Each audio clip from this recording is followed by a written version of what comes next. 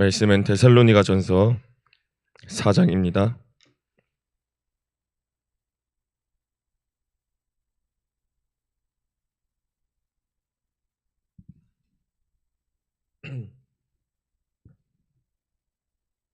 (4장) 1절에서 3절까지입니다.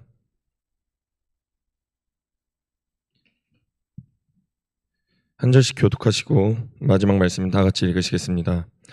그러므로 형제들아, 우리가 끝으로 주 예수 안에서 너희에게 구하고 권면하노니 너희가 마땅히 어떻게 행하며 하나님을 기쁘시게 할 수 있는지를 우리에게 배웠으니 곧 너희가 행하는 바라 더욱 많이 힘쓰라.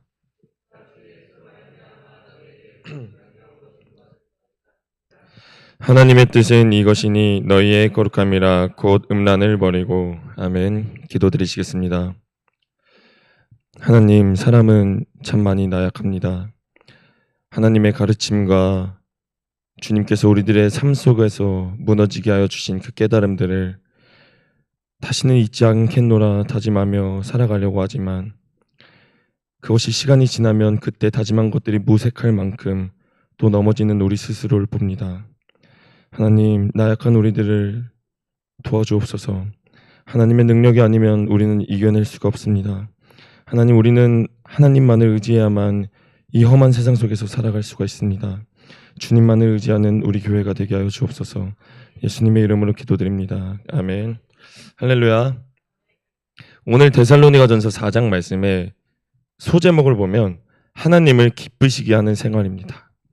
데살로니가전서 1장부터 3장까지를 보면 데살로니가 교인들이 굉장히 활동도 잘하고, 그리고 각 유럽 곳곳의 모든 교회에서 야, 너네 그 조그마한 교회가 3주밖에 다녀가지 않은 그 교회가 어떻게 그렇게 예수님을 잘 믿느냐, 너네가 형제 사랑하고 서로 화목한 그 기쁨의 소리가 온 곳에 다 퍼져나간다, 너네들 정말 잘한다 라면서 사도 바울이 칭찬하는 내용이 앞장까지입니다. 그리고 보란듯이 사도 바울의 이 편지 속의 핵심 내용이 시작이 되는데 그것이 바로 오늘 저희가 읽은 4장 말씀입니다. 4장 9절 말씀에 보면 형제 사랑에 관하여는 너희에게 쓸 것이 없음은 너희들 자신이 하나님의 가르치심을 받아 서로 사랑함이라 라고 나와 있습니다. 이미 데살로니가 교인들이 이 말씀만 봐도 이 사람들은 형제 사랑 하나는 끝내주는구나. 이 말씀을 읽으면서 무슨 생각을 했느냐, 바로 겉보기의 행동을 저는 생각을 했습니다. 겉에서 볼 때는 뭐라 흠이 잡을 만한 데가 없는 거예요. 야, 저 사람 지나가면서 웃음도 잘 짓네. 교회에 와서 행동도 잘하네. 지금 보니까 사람들 사이에 화목함도 잘 이뤄내네. 제가 어렸을 때부터 자주 듣던 칭찬 중에 하나가 바로 이런 화목함을 만들어내는 달란트였습니다. 사람들이 저만 가면 곳곳에 야, 너가 가는 데는 화목의 은사가 있어. 너가 가면 사람들이 모임이 깨어나. 이런 말을 자주 어렸을 때부터 들으니까 제가 속으로 무언가 된 줄 알았어요. 내가 진짜 화목의 은사가 있나? 뭔가 이제 새 성도가 오면 내가 반드시 다가가야 될 것만 같고, 소외받는 사람 있으면 다 가야 될 것 같고, 제가 눈에 보이는 행동은 좀 웬만한 사람들에 비해 그 부분이 좀 잘 나서 그런지 다른 사람들에게 칭찬을 많이 듣다 보니까 제가 다른 부분에 대해서 제 행동이 무너지는 줄은 전혀 몰랐습니다. 제가 전도사가 되고 나서 지금 그 서울 동강교회에 심호를 하고 있죠. 그곳에서 예배 시간 전에 1시간을 일찍 항상 오라고 합니다. 저는 그게 가장 이해가 안 갔어요. 1시간 일찍 가면 무엇을 하느냐, 사무실에 그냥 앉아 있어요. 그냥 부목사님과 전도사님 저 이렇게 앉아서, 목사님들도 뭐 하시는지 보면은 뉴스 보고 계셔요. 뉴스. 그런데 항상 예배 시작하기 1시간 전에 오라는 거예요. 개버릇 남 못 준다고 1시간 항상 일찍 가던 게 어느 순간 좀 5분, 10분 늦어지고 그렇게 있는데, 그렇게 지내다가 이제 여기 우리 남자 청년들끼리 지낼 때마다 항상 선혜이가 저한테 말해요. 형, 어떻게 그렇게 형 매번 늦어? 형이 진짜 앞으로 이렇게 전도사로서 일을 하려면 어디 가서든 본이 돼야 되잖아. 우리 당회장 목사님은 절대 그런 실수 안 하잖아. 당회장 목사님은 세민이가 한번 휴가 나온다고 그때 저랑 선행이랑 같이 한번 놀러 가자고 했거든요. 근데 세민이 휴가 나오는 그 시간보다 새벽에 한 4-5시간 전에 출발하셨어요. 그 찻길에서 이해가 안 가는 거예요. 어떻게 이렇게 일찍 가시지? 근데 저한테 그러시더라고요. 그날 차 안에서 자기는 이렇게 무언가 약속이 있으면 그 약속을 위해서 뭔가 자기가 이뤄놓고 다 준비가 돼 있어야지만 그제서야 잠을 들거나 좀 쉴 수가 있대요. 그래서 그 새벽에 출발해서 세민이네 그 군대 앞에 이른 아침에 몇 시간 전에 도착하고 나서야 비로소 그곳에서 눈을 붙이셨습니다. 그 모습을 우리가 닮아야 되지 않겠습니까? 이 예배 시간도 마찬가지입니다. 항상 우리 11시 기도에 이렇게 모이고 있는데 청년들끼리도 누군가가 여행을 가서 참여 못할 때 미리 얘기를 안 하면 그 사람들에게 좀 꾸짖음을 줘요. 왜냐하면 애초에 11시 기도의 모임 자체가 우리 다 같이 미리 와서 기도하는 문화를 만듭시다 하고 공동체적으로 만든 것이기 때문에 누구 한 명이 빠져나간다. 그러면 그 빠져나가는 사람은 그것에 대해서 나 때문에 혹여나 이 기도의 불씨를 내가 꺼뜨릴 수도 있겠구나. 그리고 공동체로 다 같이 생활하면 내가 그 정도 생각을 하고 다른 사람들에게 본이 되어야 되는 것은 지극히 당연한 거구나. 사도 바울이 이 서신서들에 쭉 보면은 항상 어딜 가든지 덕이 되고 본이 되라고 말을 합니다. 우리 성도님들은 어디를 가든지 저처럼 게으르고 늦고 그 자리에 이런 민폐를 끼치는 사람이 되는 것이 아니라 하나님을 기쁘시게 하는 생활을 하는 어디 가서든지 본이 되고 덕이 되는 성도님들이 되길 이 시간 간절히 축복드립니다. 사도 바울이 이렇게 성도들에게 너네가 형제 사랑도 많지, 겉으로도 정말 잘하지. 그런데 너네에게 부족한 것이 있어. 그것은 바로 거룩하지 못함이야. 4장 3절 말씀. 하나님의 뜻은 이것이니 너희의 거룩함이라 곧 음란을 버리고 각각 거룩함과 존귀함으로 자기의 아내 대할 줄을 알고 하나님을 모르는 이방인과 같이 세욕을 따르지 말고 이 일의 분수를 넘어서 형제를 해하지 말라. 음란하지 말라고 합니다. 내 아내, 내 남편, 하나님이 주신 내 사랑하는 사람에게 내 성적인 욕구로 막 함부로 하지도 말라고 나와 있어요. 형제를 해하지 말라라는 말씀을 미뤄보아서 이 데살로니가 지역에서는 바람을 피거나 또는 내 사랑하는 사람이 누군가를 좋아하고 있을 때 그 사람과도 가서 세욕을 쫓는 그런 음란한 문화가 굉장히 많이 펼쳐져 있다는 것을 알 수가 있습니다.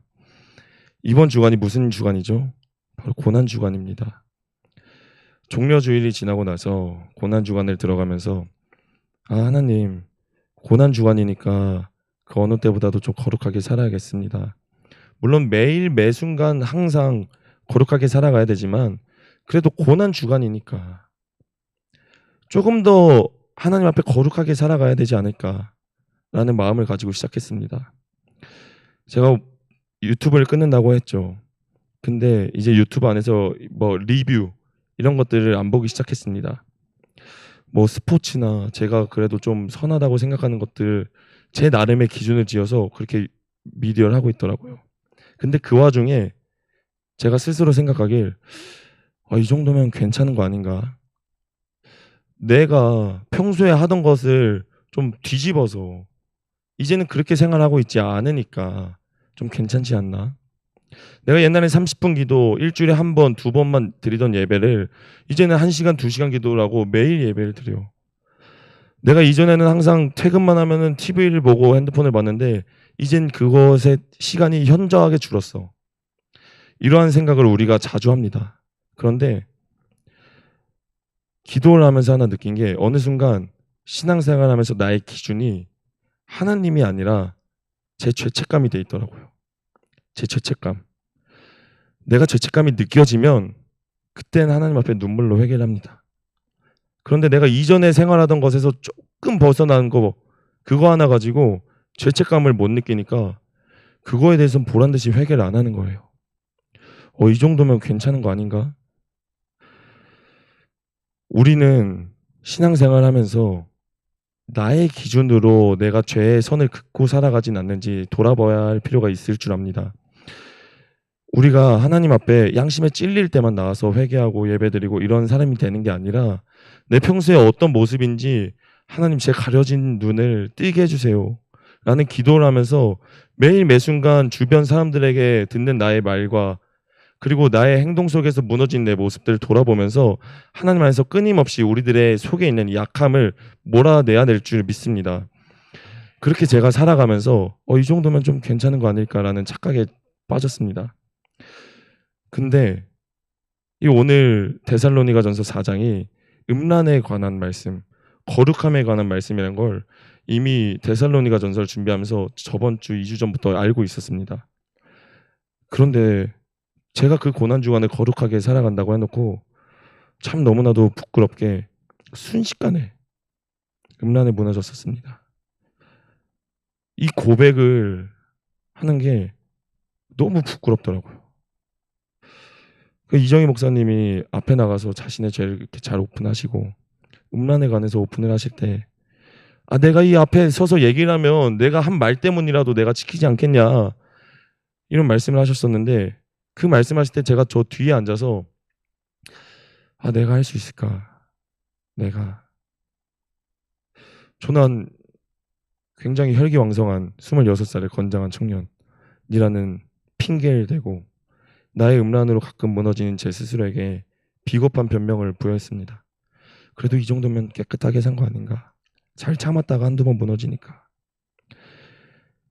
근데 그 생각을 제가 예전에 술을 막 마실 때 그때도 하고 있었더라고요. 술 끊으라고 막 말씀하셔도 내가 정말 이 술을 끊을 수 있을까? 친구를 만나는 게 이렇게 행복하고 좋고 그 속에서 나누는 세상 이야기, 음란한 이야기 그게 너무나도 좋은데 술을 끊으라는 거는 저에게 있어서 세상 친구들을 끊으라는 말이었거든요. 내가 과연 끊을 수 있을까? 그런데 결국엔 끊었잖아요. 그 지금까지는 술의 유혹이 종종 찾아오지도 않지만 가끔 마시고 싶을 때가 확 올 때가 있습니다. 근데 그럼에도 불구하고 잘 이겨내고 있잖아요. 음란도 나에게 있어서 그러한 죄악이 될 수 있지 않나? 충분히 내가 끊을 수 있지 않나? 지나가면서 걸어가면서 보이는 나의 수많은 음란의 유혹들을 내가 충분히 이겨낼 수 있지 않나? 내 혈기도 이겨낼 수 있지 않나? 내 고집도? 내가 번번이 무너지는 나의 부족함, 그로 인한 남들에게 주는 피해, 이 죄악도 이겨낼 수 있지 않나? 우리는 이 싸움을 평생 해야 될 줄 믿습니다. 이 고백을 하는 게 참 너무 부끄럽습니다. 그러면서 사도 바울의 말씀을 막 읽었어요. 로마서 7장 말씀에 보면 사도 바울이 나는 하나님 앞에 선을 너무 행하고 싶어. 이 마음에 선을 행하는 선에 대한 원함이 가득 넘쳐 있는데 근데 나는 계속 무너지네. 이거 보니까 내 마음속에는 선을 향한 간절한 원함이 있기 때문에 선함만이 가득 차 있는 줄 알았는데 선함뿐만이 아니라 악이 있구나. 오라, 나는 공고한 사람이로다. 누가 나를 이 사망의 몸에서 건져내겠느냐. 그런 말씀을 합니다.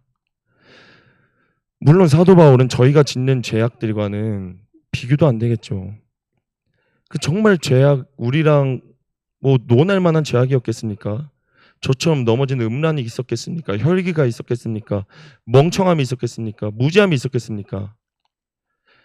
그런데 그런 의인이라고 불릴 수 있을 정도로 하나님 앞에서 바르게 살아가던 그 인물 또한 하나님 안에서 계속 괴로운 고민을 했단 말이에요. 누가 나를 이 사망의 몸에서 건져낼 수 있지? 나 정말 공고한 사람인데. 그 이후에 7장 25절 말씀에 보면 그러므로 내가 예수 그리스도께 감사하나이다 라고 말합니다. 내가 맨날 넘어지기 때문에 이 나를 구원해 주신 분도 이겨내 주시게 하는 분도 예수 그리스도라는 말입니다. 우리가 하나님 안에서 죄악에 참 많이 넘어질 때가 있습니다. 내 외로움도 너무나도 싫고 내 가족, 내 주변 사람들 보면 그것으로 충분히 감사해야 되는데 감사함도 아니라 내 마음속에 아쉬움이 계속 있는 거예요. 주님으로 모든 게 채워져야 되는데 이 마음속에 빈자리를 자꾸 죄악으로 채워놓는 거예요. 이렇게 사도 바울이 데살로니가 교인들에게 거룩하게 살아가라고 했던 첫 번째가 바로 음란이었습니다. 그리고 두 번째는 11절 말씀입니다. 또 너희에게 명한 것 같이 조용히 자기 일을 하고 너희 손으로 일하기를 힘쓰라. 이는 외인에 대하여 단정 행하고 또한 아무 궁핍함이 없게 하려 함이라. 두 번째는 바로 성실함이었습니다. 성실함. 겉보기에는 형제 사랑하기도 넘치고 화목하고 교회도 잘 다니는 것 같고 이런데 그러한 사람들에게 있는 가장 큰 두 가지의 단점, 바로 음란함과 게으름이었습니다. 우리는 이 두 가지를 굉장히 권고해야 될 줄 믿습니다.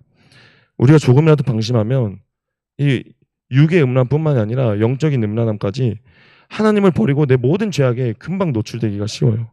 그리고 게으름도 내가 관리하지 않으면 아침에 일어나는 것도, 항상 회사 다니시는 분들, 제가 잘 아는 CEO 한 분이 계신데 평일날에 그렇게 아침 일찍 7시에 잘 일어나시는 분이 토요일만 되면 11시, 12시까지 기절한 듯이 잠을 주무셔요. 추세민 CEO인데.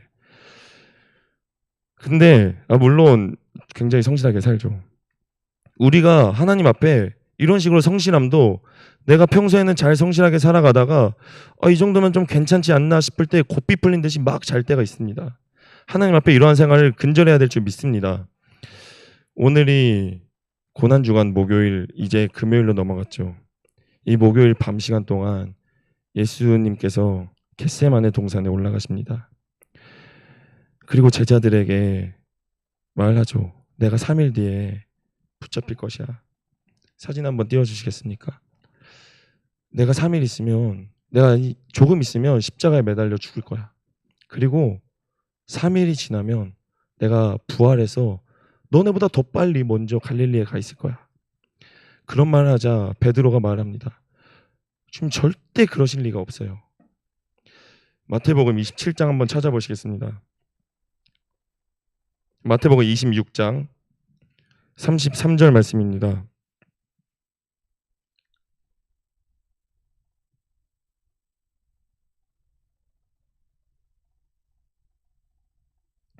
베드로가 대답하여 이르되 모두 주를 버릴지라도 나는 결코 버리지 않겠나이다.